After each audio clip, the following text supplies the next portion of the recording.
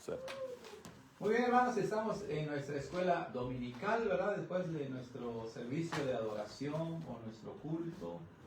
Ahora vamos a continuar con la escuela dominical y estamos estudiando el Catecismo de Heidelberg y estamos en el Día del Señor 15. Recuerden que el Catecismo tiene 52 días del Señor o domingos, pero no estamos siguiendo ese orden porque no vamos al mismo ritmo, ¿verdad?, de estudio. El pastor Rubén enseñó la última vez, Día del Señor 15, pregunta 37. ¿Qué entiendes por la palabra sufrió? ¿Ok? Pienso que es importante leerlo para después entrar a la pregunta 38. ¿Ok? Entonces, voy a leer la pregunta 37 y juntos vemos la respuesta. ¿Qué entiendes por la palabra sufrió? Que todo el tiempo que él vivió en la tierra, pero especialmente al final de su vida, él cargó el cuerpo y alma la ira de Dios en contra del pecado de toda la raza humana, a fin de que por medio de su sufrimiento, como el único sacrificio expiatorio, pudiera redimir nuestro cuerpo y alma de la condenación eterna y obtener para nosotros la gracia de Dios, la justicia y la vida eterna. Y ahora sí la pregunta que vamos a estudiar. ¿Por qué sufrió bajo el poder de Poncio Pilato, quien era juez? Para que él, siendo inocente, pudiera ser condenado por el juez temporal y de esa manera librarnos del severo juicio de Dios al cual estábamos sometidos. Bueno, esto es lo que vamos a estudiar hoy con la ayuda del Señor. Entonces, el catecismo hace énfasis en el sufrimiento de Cristo. ¿Ok? Y de hecho, la pregunta 39 sigue hablando de su sufrimiento, ¿verdad? Porque dice, es más importante que el Hijo de Dios muriera crucificado en vez de sufrir y morir de otro modo. Noten luego que el Día del Señor 16, pregunta 40, sigue con el tema del sufrimiento. Y es que cuando nosotros decimos que nuestra fe y nuestra fe reformada y bíblica es cristocéntrica, pues implica toda la persona y la obra de Cristo. Y en este caso algo central a la obra de Cristo fue su sufrimiento, ¿verdad? Su muerte en la cruz y su sufrimiento que él experimentó pues desde que nació, ¿verdad? Como explicó el pastor Rubén en la clase anterior. Entonces, una iglesia cristocéntrica debe aclarar qué significa eso. Y en ese caso, entre otras cosas y de manera central, significa que estamos centrados en Cristo, lo cual se traduce en que para nuestra iglesia, para la vida cristiana, el sufrimiento de Cristo en nuestro lugar es central, ¿verdad? Por su sufrimiento fuimos nosotros rescatados, redimidos. ¿Ok? Y entonces, el catecismo dice, bueno, pero el sufrimiento de Cristo se puede ver de diferentes maneras. Y en la pregunta 39 se ve el sufrimiento de Cristo de una manera más amplia, ¿verdad? Que Él sufre no solo cuando muere en la cruz, sino sufre durante toda su vida, ¿verdad? Pero especialmente cuando murió en la cruz. Pero ahora el catecismo enfoca el sufrimiento de Cristo desde un ángulo muy particular y menciona que Jesús sufrió en una época particular, en un tiempo específico y bajo un gobernante específico. Eso es muy importante que el credo apostólico diga, porque eso es lo que estamos estudiando, el credo apostólico. Sufrió bajo el poder de Poncio Pilato, que era el juez en ese tiempo. O sea, él era el gobernador y por lo tanto el que administraba justicia bajo la autoridad del emperador romano, ¿verdad? Él era el gobernador de la región de Palestina en ese tiempo. Entonces, esto nos alerta ante el hecho de que Jesucristo no murió accidentalmente. Muchos murieron en el tiempo de Jesús, ¿verdad? Muchos murieron en el tiempo de Jesús. murieron por diferentes razones. Unos por asesinos, otros por revolucionarios, otros por rebeldes. Pero Cristo murió de una manera particular, ¿verdad? Como ya explicamos en la pregunta anterior. Pero además de eso, Él murió bajo la sentencia de un juez, de una figura política, de un gobernante que había sido puesto allí por el emperador romano. Y eso significa que la muerte de nuestro Señor Jesucristo y su vida misma, como dice la pregunta 37,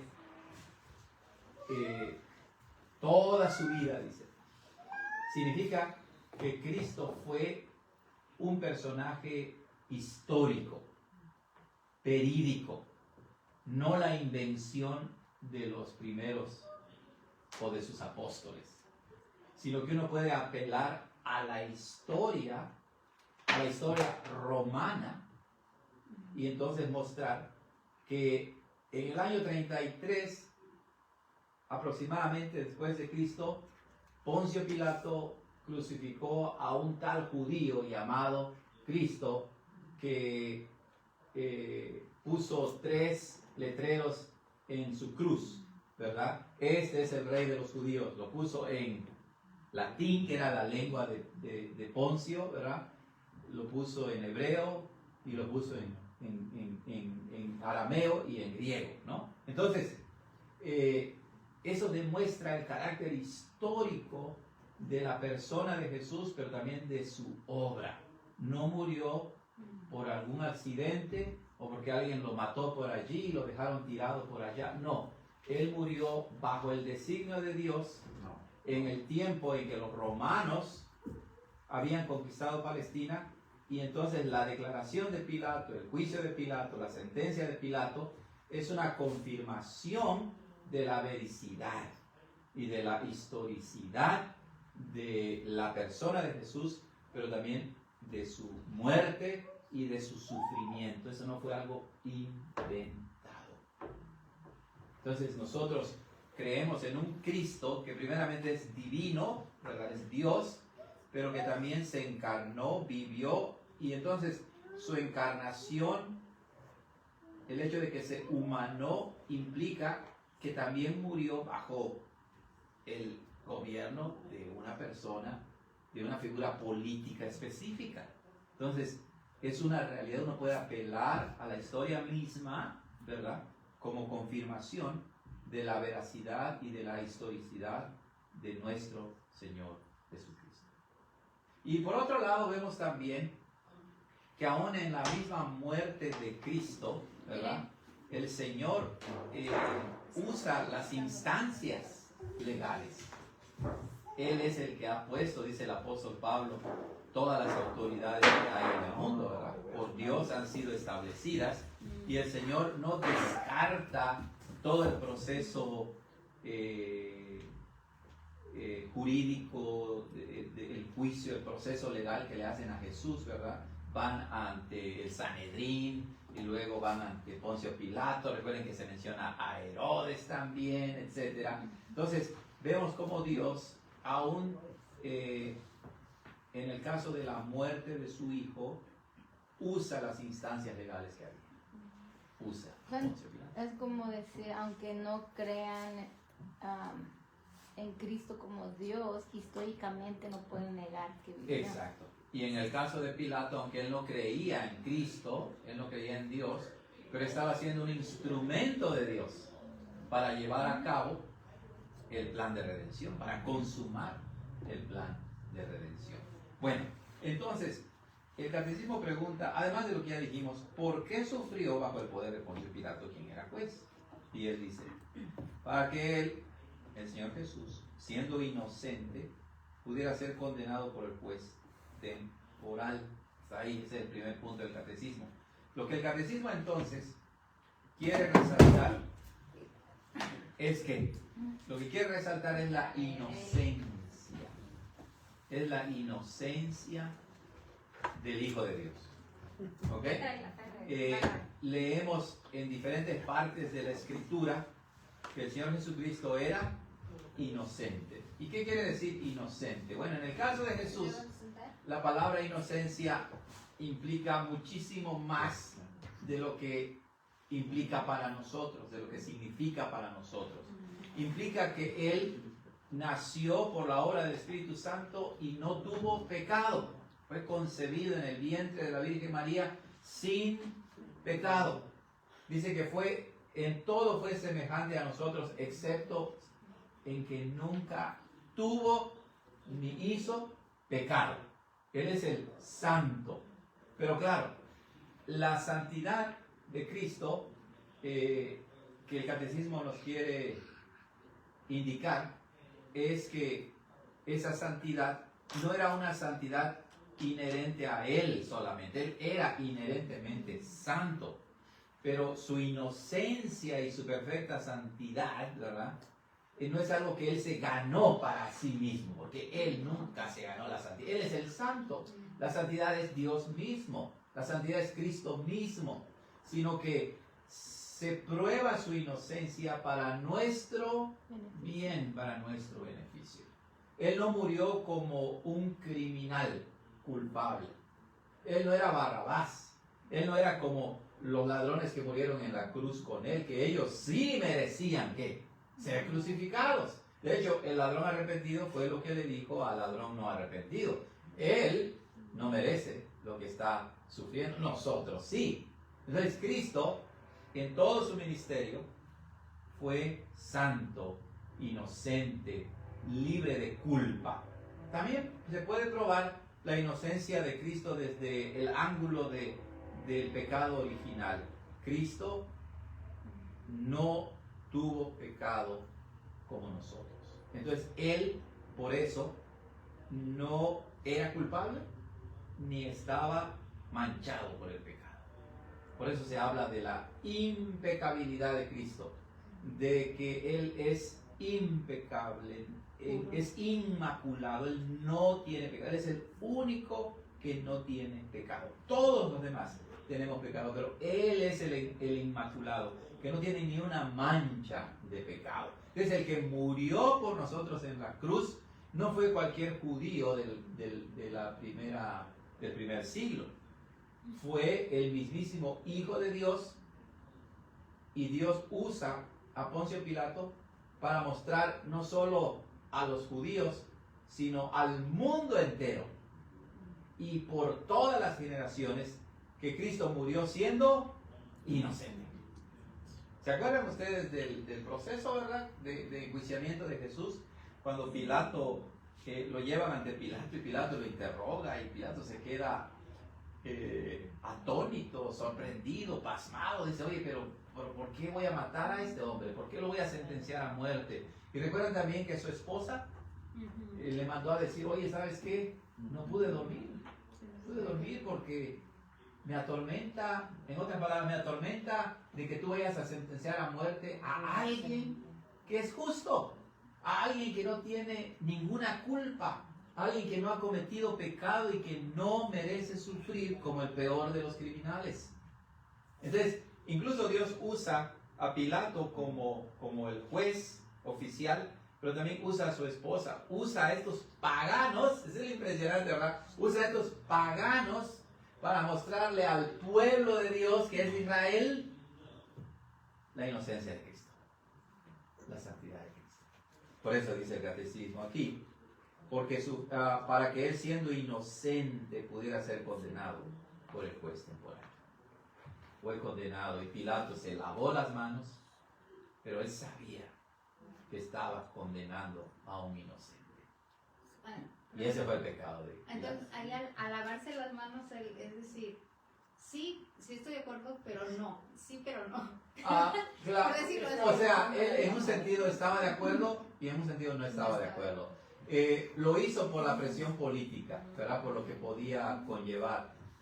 Y es ahí donde uno dice, bueno, si no eres congruente con tu doctrina, pues tu práctica se va a ver afectada. O sea, el lavarse las manos no era una práctica que hicieran comúnmente, ¿no? O sea, era una práctica, ¿no?, que representaba eso. él estaba declarando, él es inocente. Pero claro, al mismo tiempo, Pilato fue culpable de haber entregado al justo en manos de los pecadores. Pero sí, o sea, Dios usó a Pilato para decir, ustedes van a crucificar a alguien que es inocente, a alguien que es justo.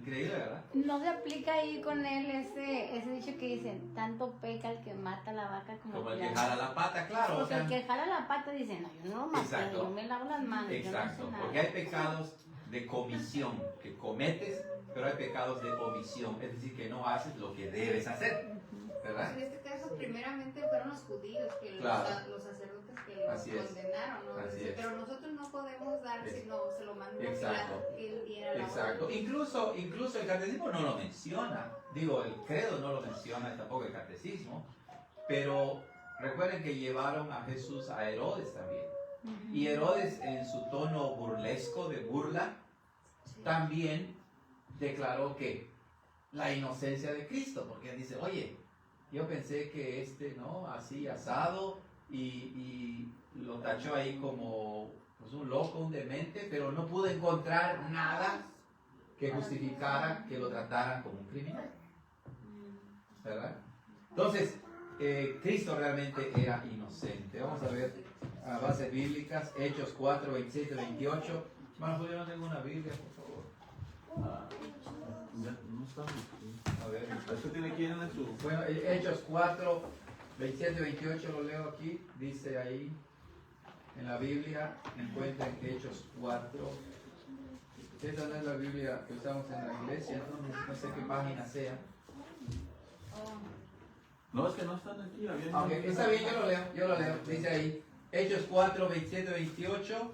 Ese es el texto que da el catecismo. Dice, porque verdaderamente se unieron en esta ciudad contra tu santo Hijo Jesús, a quien ungiste. Ahí sí lo menciona, ¿quién se unió?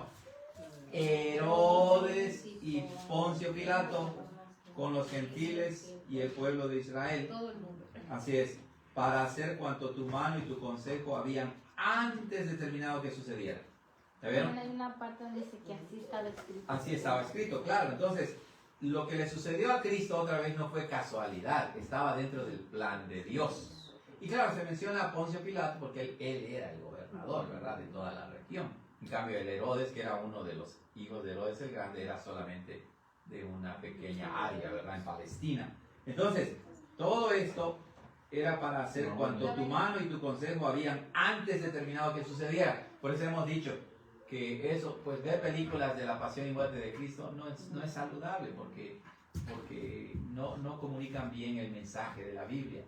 Entonces, ¿qué hacemos cuando vemos una película de la crucifixión? Primero, estamos recibiendo un mensaje que no es el íntegro.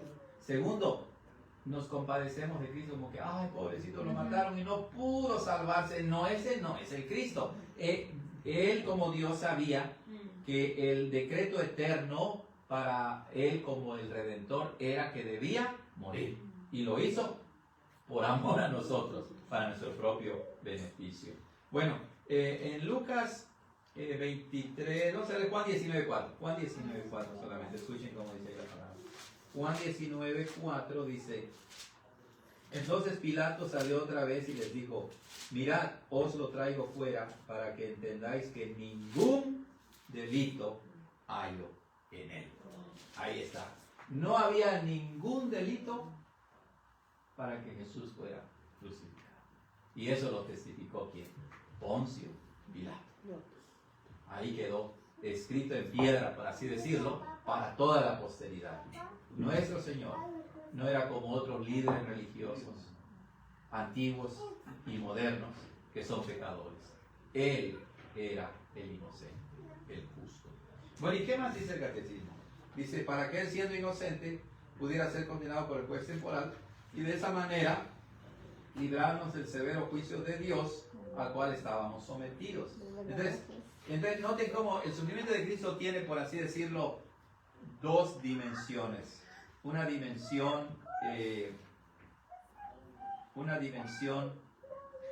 en relación con su persona misma, o sea, Él es divino, Él es santo y es puro. Y es precisamente por eso que su sufrimiento, su sacrificio tiene un valor infinito. ¿Ok? Lo hizo para nuestro favor, para que seamos librados del severo juicio de Dios, del juicio eterno de Dios.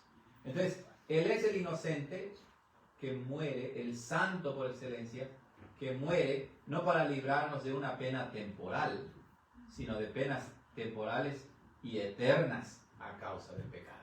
Solamente por medio de su sufrimiento podemos ser librados del juicio eterno de Dios, de la ira eterna de Dios. Entonces, no hay otra manera de ser liberados de la condenación. No hay otra manera de que pagues por tus pecados. Tú no puedes pagar por tus pecados. El único que paga por tus pecados, que sufrió para librarte del juicio eterno de Dios, es el sufrimiento de Cristo. Nadie más ni nada más. No es que tú digas, pastor, pues ahora voy a hacer esto para que mi pecado me lo perdone Dios. No. Bíblicamente hablando, la única forma de ser perdonados es a través de creer en Cristo como nuestro Señor y Salvador y de vivir como Él quiere que vivamos. Y fueron pagados esos pecados hace 2000 años. Exacto. Y de ahí el valor infinito. ¿Cómo es que un sufrimiento humano nos puede librar de la ira de Dios? Pues no se puede. Por eso es que el que murió es a la misma vez Dios y hombre. Dios para que pudiera soportar la ira y su sufrimiento tuviera un valor no temporal, sino infinito. Infinito. Entonces, cuando decimos que hemos sido librados de la ira de Dios, se dice así porque el pecado merece la ira eterna de Dios. Y entonces, cuando decimos que somos convertidos a Cristo y Él nos perdona, no significa que nos perdona nuestros pecados en el momento en que nos arrepentimos. Él hace eso, sino nos perdona todos los pecados. Todos los pecados. El pecado original y los pecados actuales. Todos los pecados que hemos cometido, todos los pecados que cometemos y que cometeremos, Él ya nos ha perdonado. Y por eso nos libra del severo juicio de Dios. Nadie más puede hacer eso. Solamente Cristo. ¿Quieres tener seguridad de perdón? Ven a Él y Él te perdona. Pero recuerden que también, ahorita no es el tema, pero el perdón, la salvación de Cristo incluye también nuestra santificación. O sea, si Él ya nos perdonó, nos ha asegurado nuestra salvación, Él también nos empieza a renovar, a santificar para ir alejándonos más y más del pecado. Bueno, dice, y de esa manera librarnos del severo juicio de Dios al cual estábamos sometidos. Claro, ese era nuestro destino. Estábamos sujetos al severo juicio de Dios. Todos por naturaleza. Vamos a leer Salmo 69:4. Escuchen cómo dice la palabra del Señor ahí.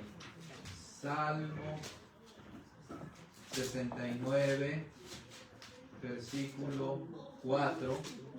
Se han aumentado más que los cabellos de mi cabeza, los que me aborrecen sin causa, dice el rey David, que es un tipo de Cristo, ¿verdad? Una figura de Cristo.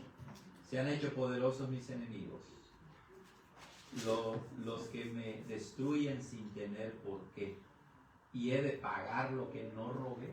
Es una expresión de David que se aplica primeramente a él como rey, como persona histórica, pero sabemos que David en su oficio apunta a quién, a Cristo, es figura, es sombra de Cristo. Y entonces Cristo debía pagar por lo que no robó.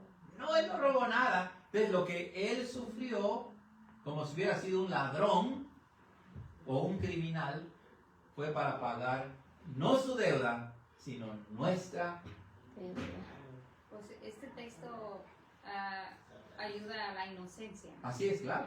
No, además, bueno, sí, pero exacto, de que hemos sido liberados del juicio de Dios. Vamos a leer otro pasaje para terminar. Sería 2 Corintios 5:21. 2 Corintios 5:21.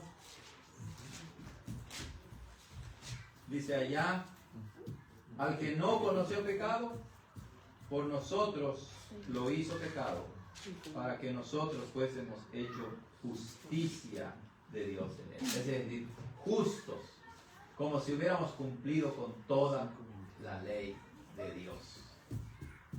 Hemos sido hechos justicia de Dios en él. Hemos sido hechos como Cristo de hecho, porque Pablo mismo dice en 1 Corintios que Cristo ha sido hecho para nosotros justicia. O sea, por eso es que decimos que en realidad el Padre cuando nos ve, no nos ve a nosotros, sino ve a Cristo. Y es muy clara la Biblia porque siempre dice en Cristo, o sea, ya no de nosotros. Y es como en la cruz Dios nos dio a nosotros, porque Cierto. ahí fue donde Correcto. sacó su ira. Correcto. Y también como Cristo recibió juicio de un juez temporal, Ujú. recibió juicio para que nosotros no lo recibamos. Exacto. Así es. Entonces, él es castigado, ¿verdad? Y el juicio que recibe, recuerden, no fue solamente el juicio humano, el juicio legal temporal, era también como una figura, ¿verdad?, del juicio eterno de Dios que había recibido y había sido sancionado por Pilato en ese sentido. Sin saberlo, Dios usa a las autoridades que él mismo ha puesto para llevar a cabo sus propósitos, su plan perfecto de salvación. Contra Dios con un significado más profundo, humanamente casi que lo vemos. Exacto. ¿Por qué? ¿Por qué lo hizo? Así es. Hermano Julio. Es como cuando una persona no quiere creer en lo que dice la Biblia, pues puede apelar todavía, aunque no también para salvación, ¿verdad? Sí. No en el sentido de la fe, pero puede apelar a ver los testimonios humanos. Correcto. ¿Verdad? Como decía en el Imperio Romano, queda registrado esto, Así es. está registrado verídicamente, Correcto. ¿verdad? Que sucedieron. Y al mismo tiempo con lo del sufrimiento, es para nosotros, para una idea, ¿verdad?, del sufrimiento humano. Correcto. Y de la inocencia, o sea, humanamente se comprueba su inocencia, se declara su inocencia, pues claro, mucho más en el sentido para con Dios. Sí, sí, así es. Así es.